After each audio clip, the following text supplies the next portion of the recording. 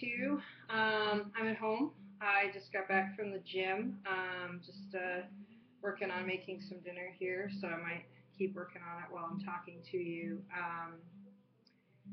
While I was at the gym tonight, I heard the news that Robin Williams had died, um, and it struck me pretty hard because they think that it was a suicide, and there's always been, as long as I've sort of known, speculation about mental health issues for him.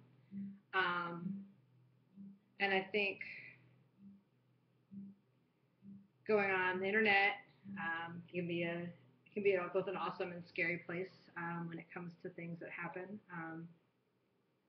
And just seeing some of the jokes, some of the things that people are saying that are really unkind, and that don't have the compassion that's necessary um, to for his family and for him. Um, it's really hard to see, and it doesn't make it any easier to look a camera in the face and talk about my own experiences. Um, it's really interesting. There are, we have things in our lives that kind of impact how we see ourselves in the world, and a couple of Robin Williams movies actually have really impacted me. I'll not ever forget watching Dead Poet Society in my parents' living room when I was a kid. I want to say I was like 11 or 12, and just both feeling really inspired by this educator who really helped the students think for themselves, and but also it was the first time that suicide was demonstrated, was shown to me as a thing in life. And I just remember being completely blown away that this character, this kid that I had so strongly identified with, would kill himself. And then also just Good Will Hunting, which um, the relationship between this person who's an educator again. There's a theme, right? Um, and sort of issues of you know education and class and psychology and trauma. But just those two movies really impacted me, and definitely have impacted the way that I choose to act as an educator and as a person who helps others. Um, I was going to talk today mostly about how frustrated I've been feeling because I have been feeling depressed for almost a week now. Um, and the thing about depression for me is that it comes in waves. So I'll be feeling like maybe it's done. Maybe I'm through it, and then it'll hit me again.